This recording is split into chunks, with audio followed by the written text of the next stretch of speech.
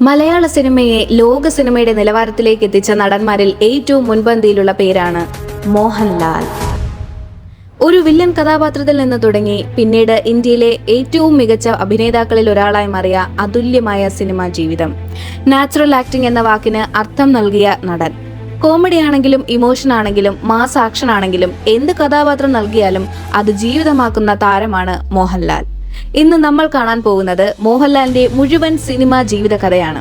അദ്ദേഹത്തിന്റെ ബാല്യം, സിനിമാ പ്രവേശനം, സൂപ്പർ സ്റ്റാർ ആവുന്നത്, പരാജയങ്ങൾ, തിരിച്ചറിവുകൾ, ദേശീയ പുരസ്കാരങ്ങൾ, ദൃശ്യം മുതൽ ലൂസിഫർ വരെ എല്ലാം വിശദമായി. വീഡിയോ അവസാനം വരെ കണ്ടാൽ മോഹൻലാലിന്റെ സിനിമാ ജീവിതത്തെക്കുറിച്ച് നിങ്ങൾക്ക് പുതിയ രീതിയിൽ മനസ്സിലാകും. 1960 മെയ് 21 കേരളത്തിലെ പത്തനംതിട്ട ജില്ലയിലെ ഏലത്തൂർ എന്ന സ്ഥലത്താണ് മോഹൻലാൽ ജനിച്ചത്. അച്ഛൻ വിശ്വാനന്ദൻ നായർ, അമ്മ ശാന്തകുമാരി. പിന്നീട് കുടുംബം തിരുവനന്തപുരം ഭാഗത്തേക്ക് താമസം മാറ്റി. സ്കൂൾ കാലം മുതൽ തന്നെ കലാപരിപാടികൾ സജീവമായിരുന്നു Mohanlal. Drama, mimicry, stage performance എല്ലാത്തിലും അദ്ദേഹം ശ്രദ്ധ നേടിയിരുന്നു. അദ്ദേഹം വളരെ ഹൈപ്പർ ആക്റ്റീവായ കുട്ടിയായിരുന്നു എന്ന് പല അഭിമുഖങ്ങളിലും സുഹൃത്തുക്കൾ പറഞ്ഞിട്ടുണ്ട്. ശേഷം അദ്ദേഹം പഠിച്ചത് മഹാത്മാഗാന്ധി കോളേജിലാണ്. കോളേജ് ജീവിതമാണ് അദ്ദേഹത്തിന്റെ സിനിമാ ജീവിതത്തിന്റെ ടേണിംഗ് പോയിന്റ്. അവിടെ ചില സുഹൃത്തുക്കളോടൊപ്പം ചേർന്ന് സിനിമ നിർമ്മിക്കാനുള്ള സ്വപ്നം ആരംഭിച്ചു. ആ സമയത്ത് സിനിമയിലെത്തണമെന്ന വലിയ പ്ലാൻ മോഹൻലാലിന് ഇല്ലായിരുന്നു. പക്ഷേ ഡെസ്റ്റിനി അദ്ദേഹത്തെ ഇന്ത്യൻ സിനിമയുടെ ചരിത്രത്തിലേക്ക് കൊണ്ടുപോയി. 1980 പുറത്തിറങ്ങിയ മഞ്ഞിൽ വിരിഞ്ഞ പൂക്കളായിരുന്നു മോഹൻലാലിന്റെ ആദ്യ സിനിമ. സംവിധാനം ചെയ്തത് ഫാസിൽ. ഈ സിനിമയിൽ മോഹൻലാൽ വില്ലൻ റോളായ നരേന്ദ്രൻ എന്ന കഥാപാത്രമാണ് അവതരിപ്പിച്ചത്. ആദ്യ സിനിമയിൽ തന്നെ നെഗറ്റീവ് റോൾ ചെയ്യുന്നത് അന്നത്തെ കാലത്ത് വളരെ റെയർ ആയിരുന്നു. പക്ഷെ മോഹൻലാലിന്റെ അഭിനയത്തിലെ നാച്ചുറൽ ഫീൽ ആളുകളെ അതിശയിപ്പിച്ചു. അദ്ദേഹം അഭിനയിക്കുന്നുവെന്ന് തോന്നിയില്ല, ജീവിക്കുകയാണെന്ന് തോന്നി. ആദ്യ സിനിമ തന്നെ വലിയ വിജയമായി. അതോടെ മലയാള സിനിമയ്ക്ക് പുതിയൊരു നടനെ ലഭിച്ചു. ആദ്യ വിജയത്തിന് ശേഷം ഉടനെ സൂപ്പർ സ്റ്റാർ ആയില്ല മോഹൻലാൽ. അദ്ദേഹം നിരവധി ചെറിയ കഥാപാത്രങ്ങളും സപ്പോർട്ടിംഗ് റോൾസും ചെയ്തു. വില്ലൻ, കൊമേഡിയൻ, സൈഡ് ക്യാരക്ടർ എല്ലാം ചെയ്തു. അന്നത്തെ മലയാള സിനിമയിൽ ഇതിനകം തന്നെ വലിയ താരങ്ങൾ ഉണ്ടായിരുന്നു.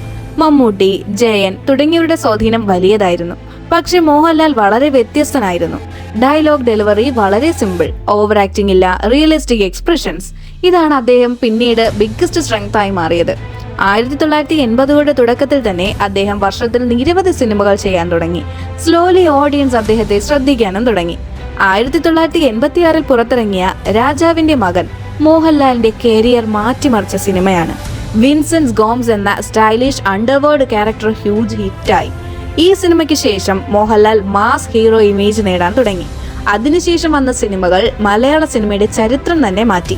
തൂവാനത്തുമ്പികൾ, നാടോടിക്കാറ്റ്, ചിത്രം, കിരീടം ഇവ വെറും ഹിറ്റ് സിനിമകൾ മാത്രമല്ല, മലയാള സിനിമ ക്ലാസിക്സ്. എസ്പെഷ്യലി കിരീടം എന്ന സിനിമയിലെ സേതുമാധവൻ ഇന്നും മലയാളിയുടെ മനസ്സിൽ ജീവിക്കുന്ന കഥാപാത്രമാണ്. ഒരു സാധാരണ യുവാവിന്റെ ജീവിതം എങ്ങനെ സാഹചര്യങ്ങൾ കൊണ്ട് തകരുന്നു എന്ന് എത്ര റിയലിസ്റ്റിക് ആയി മോഹൻലാൽ അവതരിപ്പിച്ചു. ആ കഥാപാത്രത്തിന് ദേശീയ തലത്തിൽ പോലും വലിയ പ്രശംസ ലഭിച്ചു. കോമഡി റോൾസും മോഹൻലാൽ അതിശയിപ്പിച്ചു. ദാസൻ ആൻഡ് വിജയൻ കോംബോ ഇന്നും മലയാള സിനിമയിലെ എവർഗ്രീൻ കോമഡി പെയറാണ്. 1990 മോഹൻലാലിന്റെ ഗോൾഡൻ പീരീഡ് ആയി കണക്കാക്കപ്പെടുന്നു. ഈ സമയത്ത് അദ്ദേഹം ചെയ്ത കഥാപാത്രങ്ങളുടെ റേഞ്ച് അൺബിലീവബിൾ ആയിരുന്നു. ഭരതത്തിൽ ഇമോഷണൽ പെർഫോമൻസ്. ഈ സിനിമയ്ക്കാണ് അദ്ദേഹത്തിന് ആദ്യ നാഷണൽ അവാർഡ് ലഭിച്ചത്. അതിനുശേഷം ദേവാസുരം എന്ന സിനിമയിലെ മംഗലശ്ശേരി നീലകണ്ഠൻ മലയാള സിനിമയിലെ ലെജൻഡറി മാസ് ക്യാരക്ടറായി. അതിനുശേഷം സ്ഫടികത്തിലെ ആടുതോമ. ആക്ഷൻ, ഇമോഷൻ, ആറ്റിറ്റ്യൂഡ് എല്ലാം പെർഫെക്റ്റ് ബാലൻസ്. പിന്നീട് വാനപ്രസ്ഥം എന്ന സിനിമയിലൂടെ ഇന്റർനാഷണൽ ലെവൽ അപ്രീസിയേഷൻ ലഭിച്ചു. കഥകളി ആർട്ടിസ്റ്റായി അദ്ദേഹത്തിന്റെ ട്രാൻസ്ഫോർമേഷൻ ലോക സിനിമയിൽ പോലും ശ്രദ്ധിക്കപ്പെട്ടു. അതിനുശേഷം ആളുകൾ അദ്ദേഹത്തെ ദ കംപ്ലീറ്റ് ആക്ടർ എന്ന് വിളിക്കാൻ തുടങ്ങി. മലയാള സിനിമയ്ക്ക് പുറത്തും മോഹൻലാൽ വലിയ സ്വാധീനം നേടി. തമിഴ് സിനിമയിൽ ഇരുവർ വളരെ വലിയ ക്രിറ്റിക്കൽ അപ്രീസിയേഷൻ നേടി.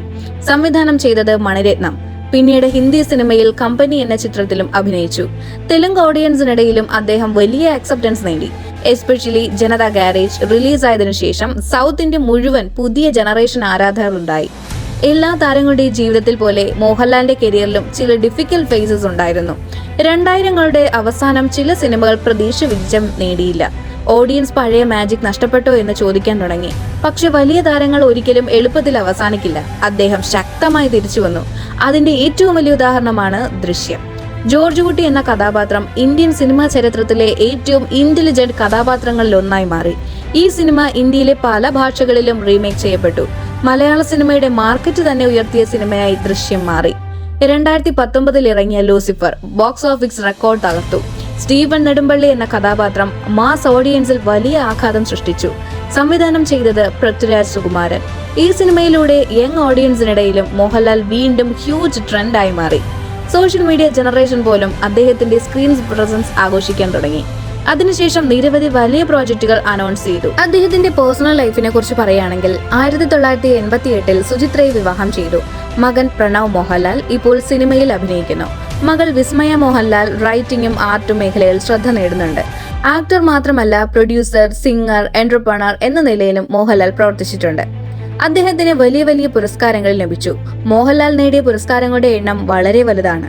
5 നാഷണൽ അവാർഡ്, നിരവധി കേരള സ്റ്റേറ്റ് അവാർഡ്, ഇന്ത്യൻ സർക്കാർ അദ്ദേഹത്തെ പത്മശ്രീ, പത്മഭൂഷൺ പുരസ്കാരങ്ങൾ നൽകി ആദരിച്ചു. ഇന്ത്യൻ സിനിമയുടെ കോൺട്രിബ്യൂഷൻ കണക്കിലെടുത്താണ് ഈ ബഹുമതികൾ.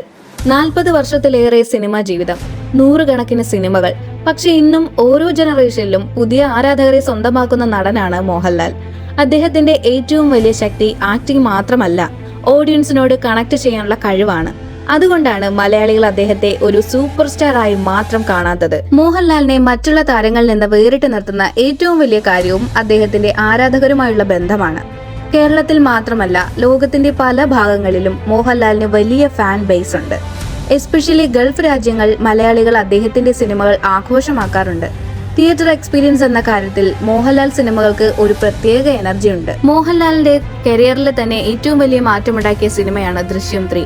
അതിന്റെ റിലീസ് മോഹൻലാലിന്റെ ജന്മദിനമായ മെയ് 21 ഇറങ്ങുന്നത്. അന്ന് തന്നെ മോഹൻലാൽ ഫാൻസുകൾക്ക് എല്ലാവർക്കുമായി ഒരു DJ പാർട്ടി തന്നെ മോഹൻലാൽ ഒരുക്കിയിട്ടുണ്ട്. ലാലേട്ടൻ എന്ന പേര് തന്നെ മലയാളികൾക്ക് ഒരു ഇമോഷനായി മാറി. പല ആളുകളും അവരുടെ ചൈൽഡ്ഹുഡ് മെമ്മറീസ് പോലും മോഹൻലാൽ സിനിമകളോട് ബന്ധിപ്പിക്കാറുണ്ട്.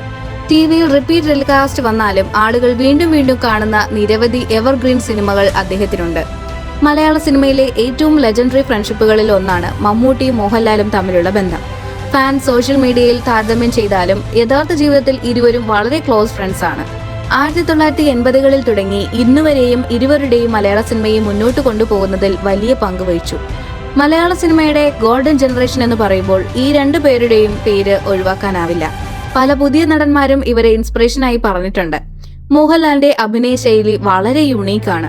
അദ്ദേഹം ഡയലോഗ് പറയുമ്പോൾ അഭിനയിക്കുന്നു എന്ന് തോന്നില്ല. നാച്ചുറൽ റിയാക്ഷൻസ്, കണ്ണുകളിലൂടെ എക്സ്പ്രഷൻസ്, ബോഡി ലാംഗ്വേജ് എല്ലാം വളരെ എഫേർട്ട്ലെസ് ആയി തോന്നും. എസ്പെഷ്യലി ഇമോഷണൽ സീൻസ് അദ്ദേഹം ഓഡിയൻസിനെ വളരെ ഡീപ്ലി കണക്ട് ചെയ്യാറുണ്ട്. കോമഡി ടൈമിങ്ങിന്റെ കാര്യത്തിലും മോഹൻലാൽ ഒരു മാസ്റ്ററാണ്. യങ് ജനറേഷൻ പോലും അദ്ദേഹത്തിന്റെ പഴയ കോമഡി സീൻ സോഷ്യൽ മീഡിയയിൽ ഷെയർ ചെയ്യാറുണ്ട്.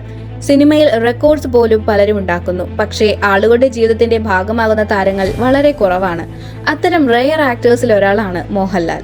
കോമഡിയിലൂടെ ചിരിപ്പിക്കുകയും ഇമോഷണൽ സീൻസിലൂടെ കരയിപ്പിക്കുകയും മാസ് കഥാപാത്രങ്ങളുടെ ആവേശം സൃഷ്ടിക്കുകയും ചെയ്യുന്ന കംപ്ലീറ്റ് എന്റർടൈനർ. കാലം മാറിയാലും ജനറേഷൻ മാറിയാലും മോഹൻലാൽ എന്ന പേര് മലയാള സിനിമ ചരിത്രത്തിൽ എപ്പോഴും സ്പെഷ്യൽ ആയിരിക്കും. ലാലേട്ടൻ എന്ന ഇമോഷൻസ് ഒരിക്കലും അവസാനിക്കില്ല. മോഹൻലാലിനെ ഇഷ്ടമാണെങ്കിൽ ഈ വീഡിയോ നിങ്ങൾക്ക് ഇഷ്ടപ്പെട്ടെങ്കിൽ please like, share and subscribe.